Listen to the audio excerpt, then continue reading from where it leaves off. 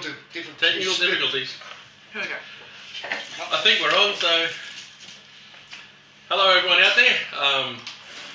I know I'm actually speaking to a few people today, which is really good. But we've decided to do alternative varietals. So, my Facebook thing's just come up saying that we're doing alternative reds today. That's very good. Luckily about that. I'm good to see being told things like the computers. So we've decided to do alternative reds. So what do we mean by alternative reds? Essentially, alternative reds are anything that isn't your typical French varietals, Shiraz, Cabernet, Merlot, Pinot Noir. So they're definitely very mainstream styles, and they come a lot from the French wine industry and background. So we're looking at somewhat is termed as alternative varietals in Australia, but obviously in the regions of the countries where they're from, they're actually quite regular. So as usual, I've got my two sidekicks, Pat, the novice wine drinker, who hopefully becomes a bit of a fly killer before the end of this. Dan, the knowledgeable one, and me, Andrew, the know-it-all. Basically, someone said, we're the three stooges. And I went, yeah, I just don't want to cop a poke in the eye from Larry. But, so we're going to go through the wines, and we're going to go through in an order. So, first one we're going to try is Missoni's El Nino Sangiovese. Now, this is the 2017. Missoni put out an excellent little wine. Their red's coming from Glencara, just at the base of the Pyrenees. Their whites, the whites and Pinots coming from Mornington Peninsula. But they do a good little range, including Sangiovese, Tempranillo, Shiraz, Merlot. Great little producer. So Sangiovese is an Italian varietal. So originally from Italy, in the Tuscan region particularly. It's the basis of Chianti. So if anyone here has travelled to Italy and had a Chianti, they'll have had a Sangiovese dominant red wine. The other parts of Chianti are generally things like a Merlot or Corallino, Colorino, and a couple of other ones. But generally it's a 70% to 80% Sangiovese based red. Now, what does this mean? Well, unlike your Shiraz, Cabernet, and big bolder styles, this one's a lot lighter. It's more about sour cherries and a slight mint component. And as it's in Australia, grown in Australia, we're going to have more of a fruit component than we would if we were an Italian wine. So I'm just going to have a quick look at it. So good medium body colour. Nice look at the colour. Nose, so it's definitely got that sour cherry note. It's got some sort of herbal notes as well.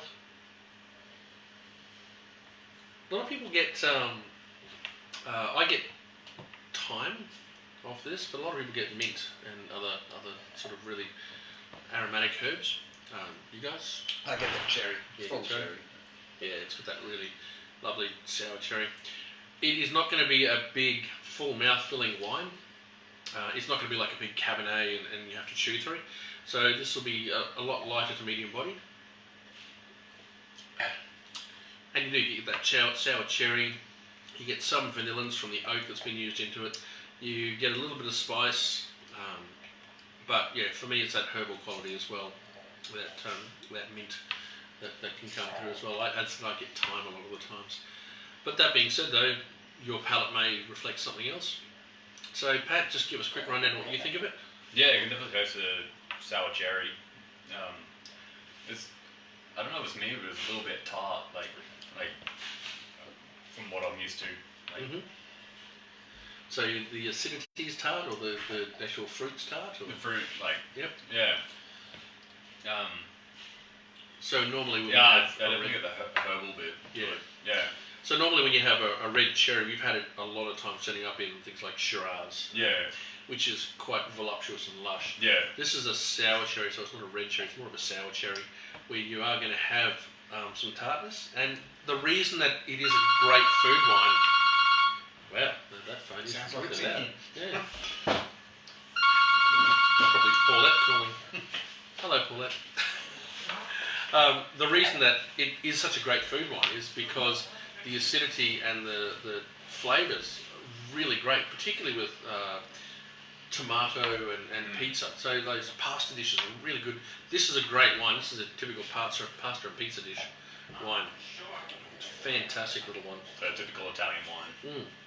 Yeah, typical Italian wine. Works really well with some meats as well, particularly the smoky meats that you can get. It works really nicely with that. We've had it several times with everything from lamb. We've even had it with a chicken dish. So that chicken cacciatore, perfect example. Again, tomato based. Imagine go well with like a lamb slow cook. Yeah. Tomato. Yeah. A lot of tomatoes and earthy root vegetables and things. Yeah, you pick up a lot of those flavours from into it. I find it a really good drinking wine to go with that style of food. As a drink by itself, it can be, for some people who like that fruit forward style, can be a little bit restrained and austere, or just a little bit light for their palate. But as I said, the whole reason that wine is an experience is because you go through different experiences. You've got different flavours, different styles, different regions. The classic region for this in Italy is Tuscany. You might have seen the movie Under the Tuscan Sun. So in that Tuscany region, you've got the Chianti is actually delineated into a DOCG region, which is Dominion Origin Control, which is like it's got to come from those particular regions. It's an appellated region, and DOCG, or Dominion Origin Controlata Garantita, which actually has been vetted and tasted by government officials to make sure that it is standing up to what the house, the estate, is producing. So you find that area there. You'll find a region called Chianti Classico in Tuscany, and that's where the classic region for Chianti is from. And as I said, Chianti is driven predominantly by Sangiovese. It's a fairly quick ripening grape. It's not a slow ripening grape, it's a quick ripening grape, but it has a lot of acidity to it, so it's a really lovely food wine, and they make it for food wine. What kind of alcohol does it normally come out at? Like, usually anywhere between 12.5 or 12 to 12.5% in Italy. I haven't seen it much lower because it's getting quite warm over there. And in fact, I'm seeing it now at 13.5 to 13 to 13.5. So my big thing is that it is actually up there. Australian wines generally sit between 13 and 14 degrees alcohol, or ABV. It's not unusual to get 14.5 to 15s in some of the warmer regions. But this is coming out of Victoria, as I said, so you're probably looking at I don't even know now, but I'm going 13. Should really ask Michael, what's the alcohol percentage of this, mate? I'll guess 13.5. You got 13.5. Well, could you throw my glasses over? We'll actually make sure of it. I'll go 12.5. You go 12.5? Oh, okay, that's a big one. I'm going for 13.5. Yeah, exactly. 13, Oh, no, 14. Yeah. 14. Which is actually surprising because it doesn't have any of that alcohol burn that I was expecting from a 14% alcohol wine. There you go. Yeah, it is very smooth. Try it. We have food today too, which is great. Oh, let me be the judge. Okay.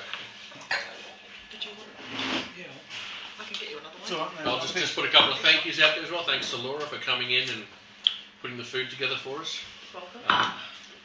Michael, the rep's one of the Special wines. guest star. Special guest wine drinker. So actually, we went through quite a few wines with Michael today.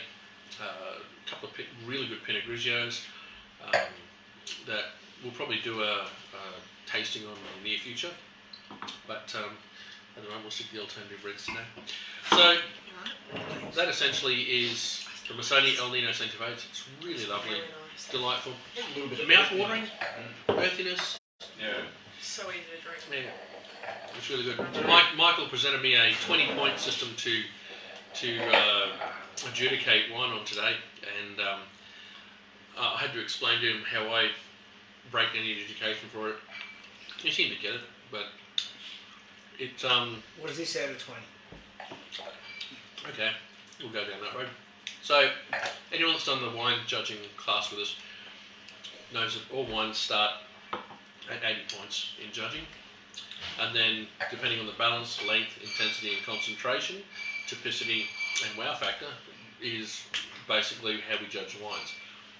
So in that, you're looking at the nose and aroma,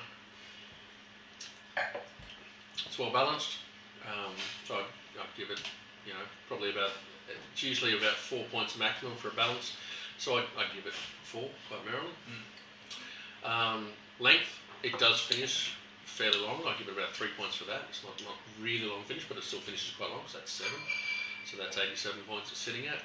When it comes to the actual intensity of it, it's pretty intense, but it's not really high on the intensity level. I give it probably 2, but that's sort of the style as well of the grape.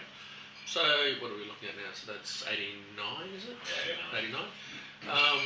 Complexity, whilst it does have a few flavours in there, it's not an incredibly complex wine, so I'll give it another 2. So what's that? That's 91. Is it typical of Sangiovese? Would I drink this and go, is that Sangiovese? Yeah, I would. That's probably 2 points there, so that's at 93. And do I like it? Yes, there's another point, so 94. That's how I break it down. So in Michael's scale, if I said 14, he's like, oh, that's pretty ordinary. He's offended. And that's why we don't use a 20-point scale. Right. The I 20 could points, change my scale. a 20-point scale won't work because a good wine, just a good quaffing, easy drinking wine, that it's got a bit of balance, a bit of length. It's not complex by any stretch of the imagination. Think of a really nice Sauv Blanc that you pick up for about $16, $17. Well, you wouldn't rate it in the 90s at all, but it's certainly, it'd be a good 88, 89, maybe even a 90 points if it's well made, which on the scale would be 10 points, which is an average wine according to a 20-point scale. That's why in wine judging they have a 100-point scale. But remember, the first 80 points of a wine judge scale is it takes 80% of the work is done in the vineyard to bring you a grape to the bottom. So yeah, that's how I do it and how I was told to do it and taught to do it. And if you're awarding medals, if you're awarding medals, generally I think bronze sits at 88. I think I'm trying to remember the breakdown. It's at 88. I think it's 92 for silver, 94, 95 for gold. I think. It's been a while since I've actually looked at that. So I do actually have a blog post coming out on that in the near future. I've just finished recording one, so 88, 92, and say 94 to 95. 94 to 95. The big difference between a 90, a 95, difference between a 95, 96, 97, 98, 99, and 100-point wine can sometimes be who you drink it with. I mean, if you're drinking it in the right environment with good people, you're going to make it look far better. So, it might be on a day where, let's just say I'm having a bad day and I look at this wine and drink it, I might, if I didn't have that breakdown in my head of what I want to look at it, I might actually, it's only 88 points. Because of, I might be feeling a bit down, a bit grumpy about things. So that's why it's trying to take something really subjective and turn it into something really objective. That's really difficult. I mean, let's face it, there are wines out there that I love that probably wouldn't even score 86, 87 points because they're unbalanced, but they're really delightful and easy to drink, and they're also fairly inexpensive, and I like drinking them. So nothing to say. There's also $800, $900 bottles that would score every day of the week, 98, 99. Would you have to buy them? No. Would you like to drink them if I would give them to you free? No, not really. Because they're just a bit too hard to drink, but they nail everything. So it's always be a little careful. And my big thing is whenever you read a wine review, don't look at the point score, or you look at the point score, but then read the note, because the note will explain why it gave the 90 points. And I had a discussion with a guy called Nick Stock, who's an eminent wine writer throughout Australia, and he's a really lovely guy and actually really, really good palate. And even he says, read the note. The reason I gave it, read the note. So from here, I think we can go on to... Oh, it's very affordable too, that one. Yeah, that's a remarkably affordable one. It's $2.25. $2.25 at the moment, yeah. Very good. Yeah, so I was going to say that's wholesale prices. It's wholesale prices. Right, the next one we're going to go on to is the Alejandro Carmenere. Now, How do you pronounce that? Carmenere. Not Carmenere. Carmenere. No, Carmenere. Yeah. So think of the opera, Carmen. No, no, no, no. And then go, yeah. So Carmenere. Anyone want to have a guess which country it comes from? Argentina. That's a very good call. Yours? I'll probably go Italy, but Italy? Yeah. I'll just say Spain. That's Spain? fine. cover all bases. You're the closest so far. Oh, behave. It's French. French. Oh, really? It's French, yeah. Originally, Carmenere is one of the Bordeaux grapes, and it's still counted as Bordeaux grape. It's one of the 6 Bordeaux grapes you can actually put into classic Bordeaux red. That being Cabernet, Merlot, Cab Franc, Malbec, Carmenere, and oh my god, I've forgotten the last one. Is that the official name? Malbec. No? No, you were gonna like. I forgot Malbec. Damn it. It was. I can't remember the 6. I feel like I should slap myself in the head with that one. But Carmenere is actually one of the grapes that you are allowed to. What's up? I don't know where the quantity is. You don't know where the quantity is. So anyway, as I said, Carmenere is originally a French varietal from Bordeaux. After phylloxera rampaged through Europe and destroyed pretty much all the vines over there, they had to get rootstock from America to replant and regraft onto. So what actually happened was the way that the plantings were done. Remember, plantings weren't like they are in the New World where we're going to plant Shiraz, we're going to plant Cabernet, we're going to plant Merlot. It was actually what was ever growing there at the time. That's how they made the wines. They'd go into the vineyards, they'd pick grapes, and it really was French onychologists that started, viticulturists that started going, what the hell is this? And they started defining what grapes were what, and what, they're all vinus vinifera, but then they broke them down into species, or subspecies, I should say. And at that point, they just, Merlot, Cabernet. So Carmenere died out, essentially, and they replanted with Cabernet and Merlot and Cab Franc predominantly. And then it just sort of faded away. I think there's only about maybe 1% plantings left in Bordeaux. So for years and years and years, the Carmenere grape just wasn't turning up anywhere. And then all of a sudden, Chile started exporting a Merlot. And this Merlot was really interesting. Like it was complex. It had flavour. It was fruit-driven, robust. It was looking like no Merlot that Europe and particularly the UK had seen. And they're like, oh, this is Chilean Merlot, fantastic. And a French viticulturist went over there and went, actually, it's Carmenere. So now essentially Chile is the home of Carmenere, for want of a better word. So the cuttings from Chile have been brought over to Australia and have been planted, and I believe it's Ricatera, the guys that own Ricatera have planted it, along with a whole bunch of other weird and wonderful varietals, Tinta Barocca and other ones.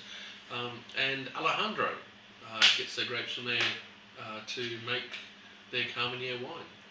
So Did you say Petit Verdot? Petit Verdot, that was the one. That's the 6th one. I should remember Petit Verdot because that's really, really important in Bordeaux.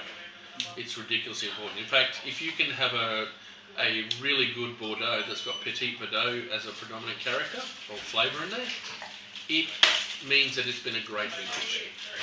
Because Petit Verdot was the longest, the latest picking one. See, I should have known that. It's one of my favourites. You did. Really deep. Yep. So, Carmenere, this is obviously grown in Australia, so it is going to be a little bit more fruit forward than you normally see from Bordeaux. But you are when I say you never, unless there's some mad producer out there doing a single varietal Carmenere from France, I would be very surprised. So, quite deep in colour. Hey, so what are all those? What carton, sorry? Raspberries and black plums I'm getting. Yeah, I get black plums. I got raspberry. Raspberry and black plum. The tannin is not searing, it's actually quite soft. Really lovely. Yeah, it's really soft. It's a really soft tannin. But it still gets a little bit of dryness in there. When you actually look at it, I actually think how easy a drinking wine this is. I mean, when you look at most of the darker, a bit more full-bodied reds, you kind of have to chew your way through it or you really require food. This one, it's actually quite easy drinking. So I was going to say, Pat, you give us a rundown from you. Yeah, I definitely get black plums. A little bit of raspberry, You getting anything else? Any other flavours or spices that you can see on there? I know it's just in my nose, but like a little bit of pepper or something. Yeah. I can Yeah. smell that. Okay, pepper. Yeah. It's something else I can't put in my nose. Something in the mid palate Yeah. is quite large, but I don't know what it is either. You get that fruit up the front, the Yeah. raspberry, as you say. Yeah. And then as you swallow and sort of passes through over you. I get some sort of earthiness and forest floor to it. Yeah. Yeah, you can see how it could get mistaken for a bit of a Merlot Yeah. because of that forest floor. But yeah, it's really intense indeed. What about you, Dan? No, I just noticed that mid palate's really large. And earthiness, as you say, yeah. That's as close as I can explain it. Low acidity, makes your mouth water a little, but I don't find it hugely acid. And yeah, just a nice smooth tannin, balance it all out. Yeah, it's nicely balanced. I have to say, it's a really good little wine. But the intensity of the fruit's really nice. Not ridiculously complex. You're not looking at a myriad of different flavours, but you're looking at really punchy forward fruit flavours. Really lovely texture. Really easy drinking style. It actually goes really well with cheese and salami. Conveniently.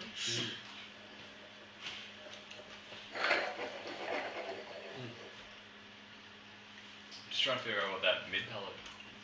It is an Yeah. earthiness that forest floor probably best explained to Yeah, forest floor's the one I'm getting. Some leafy character to it. But yeah, Tobacco? not really. I'm not getting a tobacco or cigar box. I would expect it to be that, but no. Oh, it looks like Justine said hello. And Rob Whitehouse. Hey, Rob. I was wondering what you were looking at there. Yeah. So yeah, that's essentially what we're looking at. In a nice, easy drinking style. So when you were saying before about how it was a French viticulturalist that noticed that it was a Carmenere, not Merlot. Yeah. How did they actually figure that out? Did they test DNA, or is it just kind of like? No, actually, Is what, it, if when it's like you, an old grape that no one really remembers, it's kind of hard to have someone taste it. And, so literally, if you're ever looking up grapes and trying to figure out what they are, there's a book. You open it up, it's got leaf shapes on there because Yeah. they're different leaf shapes, leaf colours, bunches. yeah. The bunches themselves will be different. And in fact, Lambrusco has got like 6 major varietals that sit in there. And the difference between those is generally the bunches, how they different. Yeah, I'm just noticing that poster over there and the different way the bunches form. Yeah, so you get different bunches. Pinot Noir is actually like a really tight cone bunch. Other ones can be quite loose bunches. Yeah. So once you actually look at that, you actually go, oh, okay, the leaf shape, the bunches, and they literally pulled out a book and flick through it. It's like, that's the leaf shape. Okay, that's leaf shape. Is that the bunch? No, yes. Yeah. And the, I think I want to call it it's the French INAO, I think it is. INAO, I think it's a French Institute of Natural, I can't think what the thing for it is, but it's actually, there's a French institute that actually is there for viticulture as well. Yeah. So they've actually identified and have done so since 1840. I imagine the amount of money that kind of depends on it. There'd be a lot of people behind it. Oh yeah. Yeah. Think And about the French government would probably have to be involved in some points. Yeah, think about how France was viewed in, say, 1855, when Napoleon was actually in charge of France. He put the World Expo on, and one of the big things they did at the World Expo was they actually sold France as the wine economy, particularly with Bordeaux. That's what they call it, the 1855 appellation for Bordeaux. It was the best-selling. They literally went to the negotiators and said, what are the best wines, the most high-priced wines that we have? And the negotiators went, well, here they are. They became the 1855 appellation of the left bank of Bordeaux. It hasn't changed since. I think it's been one change with Baron Rothschild actually managing to push an appellation through. That's about it. So yeah, it's the other part is, remember where the major ports were and major trading centres. So Bordeaux, if you've ever been into Bordeaux, it's actually on the Gironde, so that's a major outlet where you could send stuff from all of southern France and particularly western France and put it all into there, and that was the major export out to send to both the New World, the UK, going down to North Africa and further south, and even getting all the way around to Australia and India. So they're all the major trading ports, and the major one for France was actually in Bordeaux. Le Havre and places like that were good to get to the UK, but they were always in dispute. Normandy and that sort of area were always in dispute with the English. So when it came to exporting wine, that's where it was all coming out of, which is why Bordeaux was so important. When you start looking at the other side of France, Burgundy was really, really important to the French people because that was where the kings, so Reims was where the kings had their coronations, so that's the Champagne region, but they used to drink almost exclusively Burgundy wines. And the reason was because they produced some of the best wines from that region, Chardonnays and Pinot Noirs and Aligotes. So when you look at that and you see that the export side of it was really important to get trade for France, Bordeaux became an incredibly important place. So yeah, and when it comes to that, even during phylloxera, which happened in 1860, they even started sourcing grapes from Spain, which is why the Spanish wine industry managed to become so predominant in Europe, was because that all the French negotiants, when they had no grapes to sell, headed south to Spain to grab some. So yeah. So we're going to go on to my wife's favourite wine. So this is that last one, Alejandro. I would have guessed 70% because it's my favourite. So Alejandro, we sell for about $20 a bottle here. It's an excellent little wine, and for $20, it's great drinking. It's really good. So this one. Paulette sent that message earlier. Yes. You sold her a 2012 Cab Sav, I think, instead of the Sangiovese. How? I don't know. Oh. So she was drinking a different wine to us. Really? Okay. How the hell? Sorry, Paulette. Sorry. My bad. I don't know how that happened. Michael must have packed the boxes incorrectly. I just did a delivery. Was it that one? No. No. So, this is actually my wife's favourite wine. I had his shirt on last week. I should have worn it this week. You should have worn it this week, yeah. So this is Ben Riggs, Mr. Riggs Montepulciano. Now, this has undergone a couple of changes since Roz fell in love with it. Originally, he was buying a lot of his wines from Cachamadio, but now Cash has managed to make a lot of Montepulciano for his own. Daniel Amadio has made a lot of wine for his own. So Ridgley has actually sourced some really lovely Monty from around Adelaide, not just Adelaide Hills, but Adelaide itself, north part of Adelaide anyway. Yes, that's why he's called it Montepulciano di Adelaide.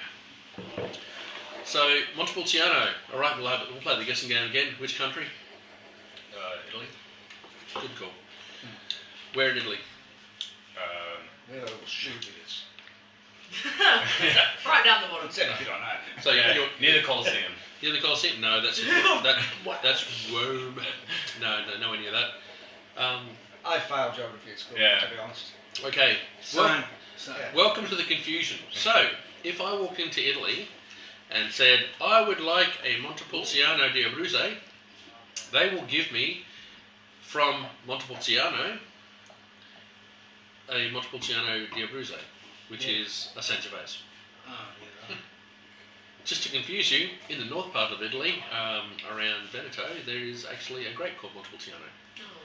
So, yeah, that doesn't confuse people at all. is there a town called Montepulciano? Yeah, Montepulciano. Yeah, that's where you get Montepulciano di Abruzzo from.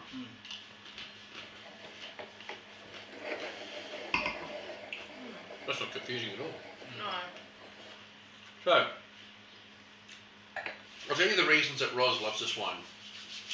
And they're very particularly valid. She loves the colour.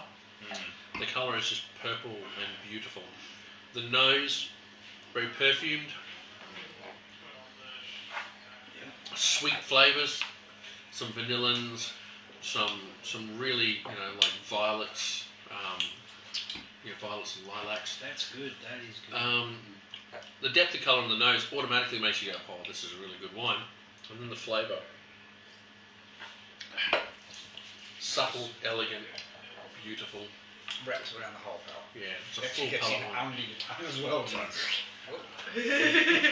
So this is not a punch in the face style wine from Australia. This is actually a beautifully integrated, well balanced wine with lovely soft tannins, quite round, not incredibly rich, but really just lovely. So Pat, what's your take on it? Trying to get my head around it really. It's got a lot of different flavors in there. Yeah, it's it does. quite complex. Yep. I definitely get the vanillins. Mhm.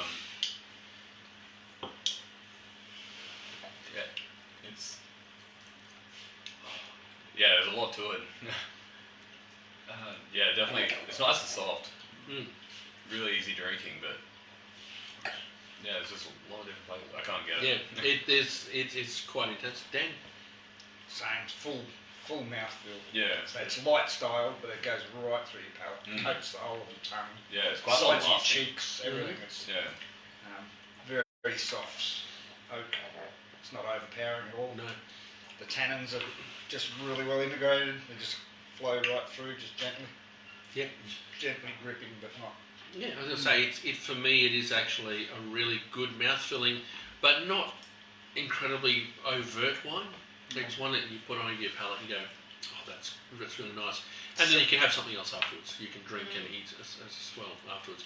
It's not something that's going to fill your palate up, destroy your taste buds, and can leave you quite sad. What would you eat with this? What kind of meal would what would it go with? Pretty much anything. I happily put this with most meats. It goes well with salami, I reckon. Yeah, salami does really nicely. I reckon darker meats like lamb. Fatty I stuff. can see it going well with gamey stuff. Particularly duck, like I reckon. duck. I reckon venison though. Oh yeah. Yeah. It cuts through. I have actually had it with salmon. Really? Yeah. I would never put red wine with salmon. It depends on how oily and fatty the salmon is. Because the red wine, the tannins in red wine are really good to strip your tongue of oil and So fat. it balances it. So it rips. Yeah, so basically, the best example I've had is, and it took me a while to figure this out, but a friend of mine, I love steak, as you can probably tell. Have a steak, the first bite of steak you have is just like that, oh, I could eat that forever, that's wonderful. By about the 10th bite of steak, you really don't, you're chewing, you have no idea.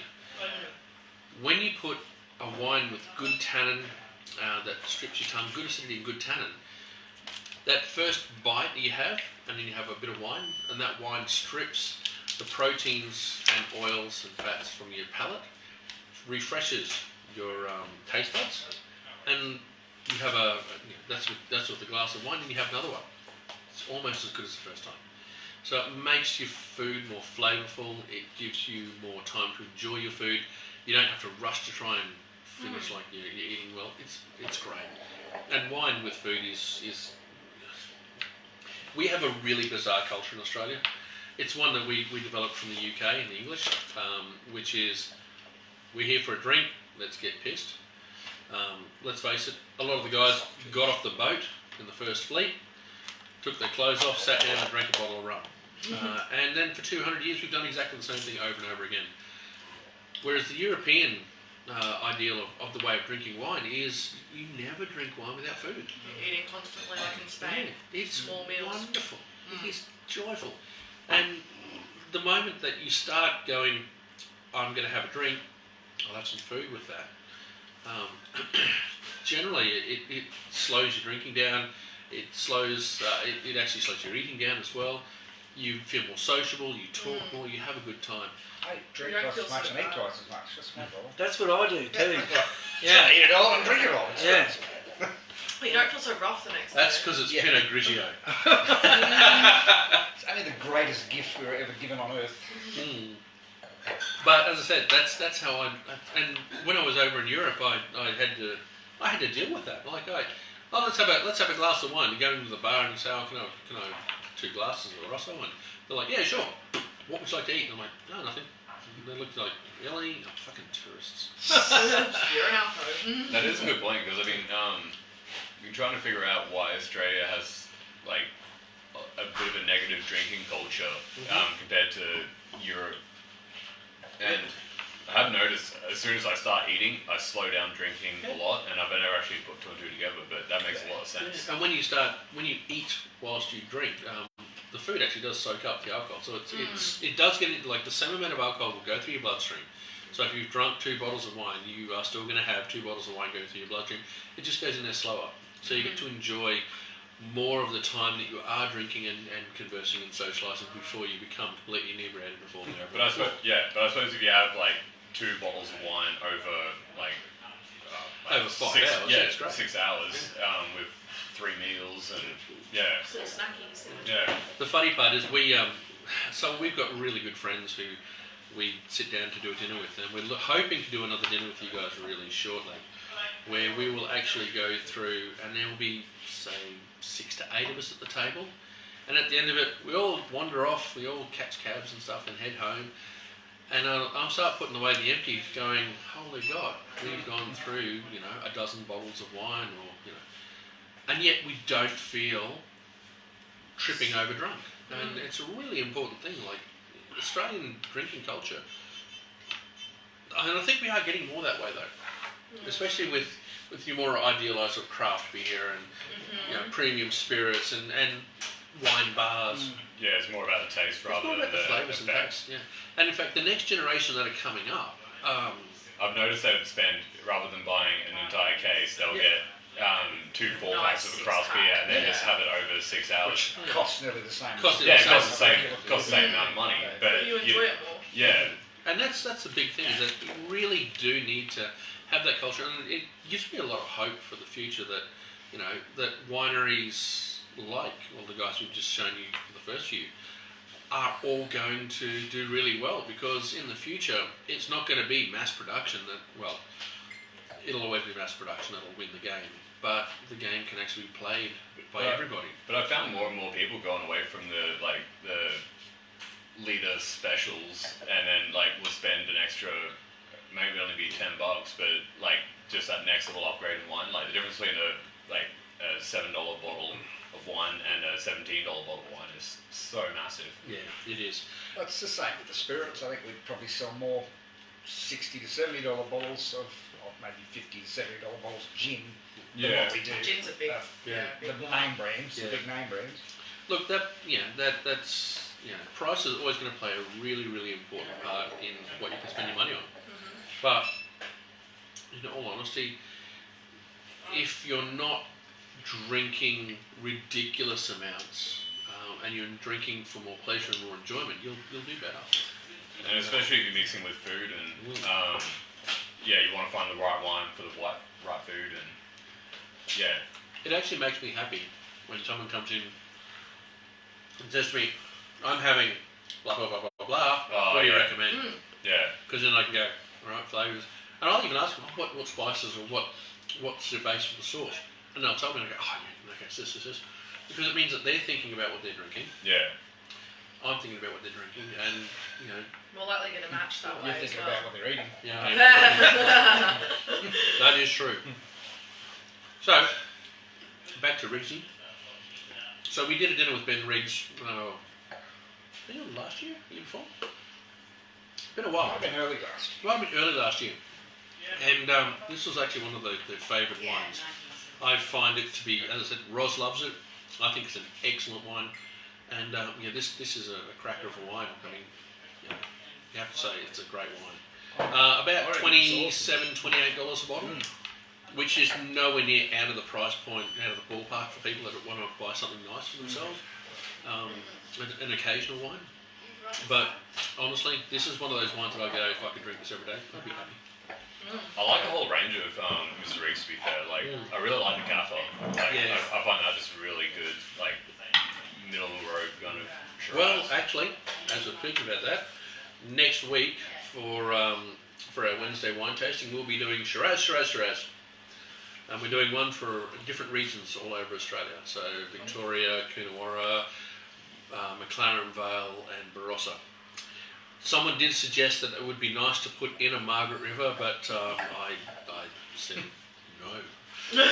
Let's put my foot down. Oh, look, I Save that for the cab sale. yeah, Margaret River is a great region for Cabernet, Merlot, Chardonnay, even Sauvignon Blanc. Shiraz, I've never been a big lover of, so I'm not going to be, I'm not going to force myself to drink it. But that being said, though, now we're going on to this is. So I'm going to say goodbye to Francis now because I ran out of this when we were selling the 4-packs. So obviously we have enough people watching to sell out like half a dozen bottles of this. So this is Tarrawarra, then Nebbiolo. Anyway, okay, well, Nebbiolo is going to be a bit of a giveaway. Where do you think it's from, Dan? Italy? Yes. All right, then we'll go play the game. Where from in Italy? North or south? The foot bit down the bottom. No, wrong again. I've got North. North, yeah.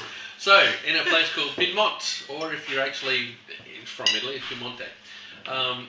It's really funny when I went to Italy. I was there going, yes, so we're flying into Milan and we're heading to Turin and then we're going to Calamandrana. Okay, cool. And I flew in there and I looked at every sign and it said Milano.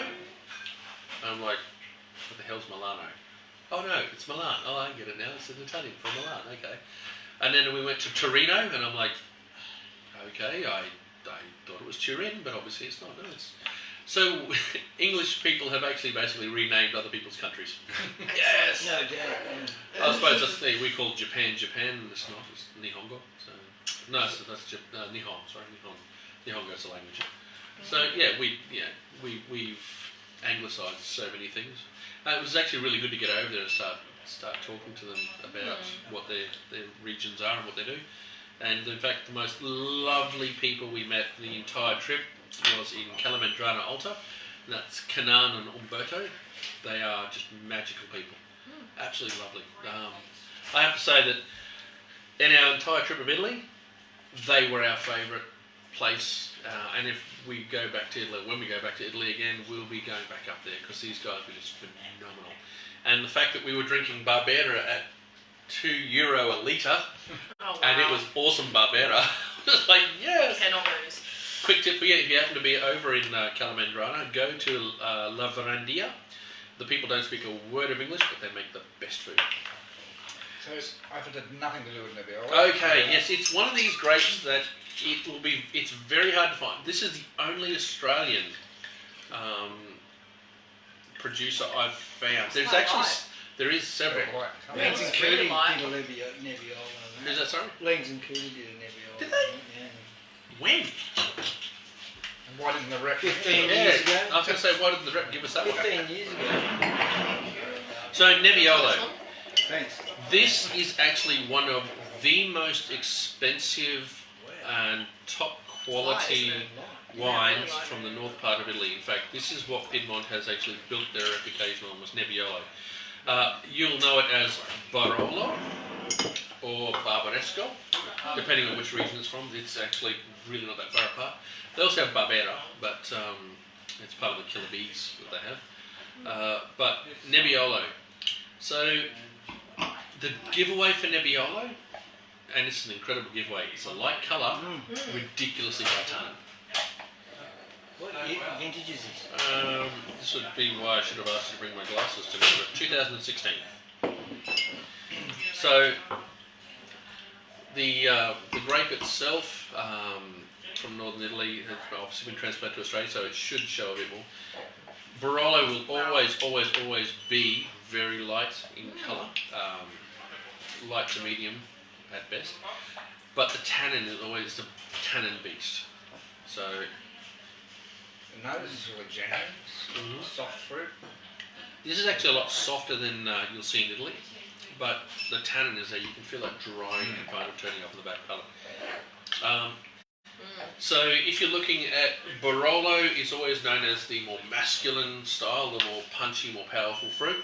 It's from the lower area, just north of Langhe. Barbaresco is what they term more feminine, so a little bit more elegant. A little less punchy on the fruit, but a bit rounder when it comes to the tannins. And this is a much more Barbaresco style. The Barolo style can be quite forward. Now, there's a couple of different ways that they do it in Italy. The old-fashioned style is in a fondant, so a size of about a 5,000 litre cask. So very little to no oak in there at all. Generally just uses a storage tank.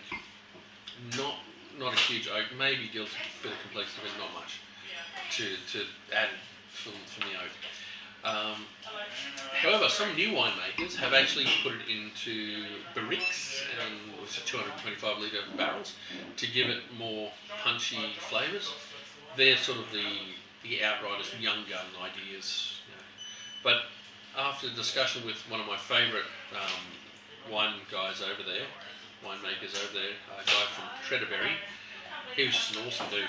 Like, he literally had just done a tasting with all of his wines with an Austrian journalist, and then we turned up, and he went, okay, and did all of his wines again with us. And put it this way, I felt drunk at the end of that. And he did it twice. But yeah, so when you look at this style of wine from Australia, you're going to be looking at something a little bit more fruit forward. Is this Australian? Yeah, this is Australian. It's from Tarrawarra, which is in Victoria. Yarra Valley, yeah. So Tarrawarra are more renowned for their Chardonnay than anything else, and their Pinot, I think, but Chardonnay particularly, I know them for their Chardonnay. But the Nebbiolo, it's an interesting grape varietal to look at, and I find it to be a really good food wine. So great for food. So Pat, where are you going with this one? I don't know, it's one of those weird ones where it's kind of like your brain and your eyes fighting. Mm-hmm. Your eyes see the light colour, like you're expecting something, not as intense as it is. Mm-hmm. But then, I find the finish is quite short. It does, yeah. Yeah. I find it's mainly on the mid palate. Like, I don't get too much. Like, I get a little bit of fruit at the front, but then mainly sits on the mid palate, and then it just cuts really short. It's kind of hard to tell what it is. Yeah. Well, it's pretty good. It's gone now. I think it's lovely, actually. I really like it. I can drink that without food. So it goes well with food, but I think it drinks really Well, nicely. good. So I just had the cheese before that. Fantastic. The soft cheese that I imagine would just strip that straight off. Yeah, it's good. For me, the tannins, the acidity. If you had this, basically it is a tannin beast due to the lightness of the colour, but if you had that in Italy, the tannins would be so drying. So... I don't get big tannin on it. When you look at the colour, Yeah. I know the amount of tannin. For what it looks is. like, Yeah, it's almost rosé colour. It is almost all rosé colour, but I do find that the tannins are quite intense on that. Do you have any limit number? Do you have any limit number? How much is it? That one's about $34 a bottle. And the only reason it's $34 a bottle is literally because the plantings and production is so small. This is a real niche wine that you'll find that, if you find this in a restaurant, buy it. You're not going to find it around the place. It's not a big production wine. It's not one that's out and about and massively made. Nebbiolo is a grape, as I said, that it can be really hard to grow. And it really needs limestone to bring out those flavours to it. And a lot of people, obviously allocate limestone to their more, premium production wines. But this is a great little wine. The tannins, for me, It's intense. the colour, It's intense. really full on. Yeah. Yeah. Which I wouldn't have expected at all. No. Yeah, I wouldn't have expected either. Well, I did expect it because it's Nebbiolo. But if you gave that to me and went, Andrew, try this blind, you go, okay, what is it? You take a look, you go, oh, it's a Pinot. Okay. Yeah. It's some light Try blind. Geelong Pinot that, okay, I can see where that's going. And then you whack it in your palate, you go, oh wow, that's got a lot more intensity. Acidity's a lot better. If you blend a bit of that with the El Nino Sangiovese, We did that We the other did. week. We did blending the other week. Yeah. And it could happen again. Yeah. No, I like that. We did That's GSM. good. That's the a good Yeah. one. So That's a cracker one. So with wine that like doesn't finish as long, how does that affect with what you would pair it with food wise? Like, would you go something less rich? No, length of finish, length of the finish is not necessarily to do a food matching thing. I always find that it's more to do with the acidity tannin. Is more about what I look at. Right. So when it comes to food, lighter foods, lighter wines work really well because you're trying to what's it called? Not contrast, the opposite of contrast. Yeah. Complement. That's You're trying to complement the wine with the food. You can contrast with it, but you have to be pretty ballsy to contrast.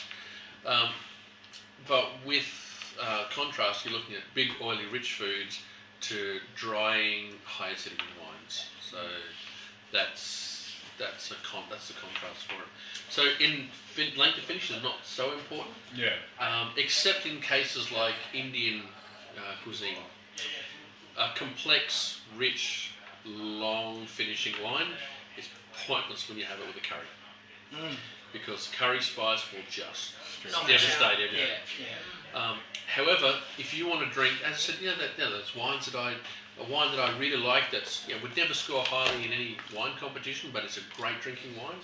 That fruit-forward, easy drinking style, that is smash made to heaven for curries, because all you got is big fruit component, but then all the spice comes in, and spice really likes sugar.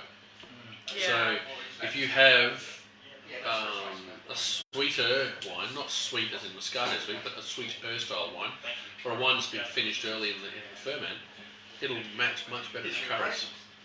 Oh, excellent.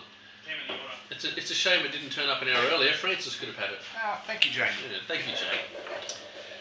Told you earlier, sorry. So anyway, so that's alternative varietal reds. So there's obviously a lot more alternative varietal reds we can do, because there are, and I'm just trying to remember the exact number, 1,398 different grape varietals you can make wine out of. That's a lot. They all have a different name. Some of them are clonal. Some of them will be Burgundy wine, like a Chardonnay, but it might be a Mendoza clone Chardonnay or a Burgundy clone Chardonnay. So would a Shiraz and a Syrah be considered the same grape? Or? They are the same grape. Yeah, I know, But there are different different, clonal varietals in that as well. When we look, it would be really lovely to dive deeply into clonal varietals and see what different clonal wines are.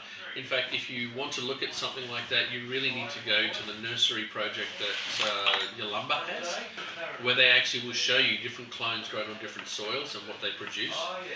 But that is such a deep dive into wine. I don't think we could do it as a tasting, but I'd love to. I mean, if I had the opportunity to, I would happily do it, because there are some amazing stuff. Look, even wines grown on different soils and different terroir.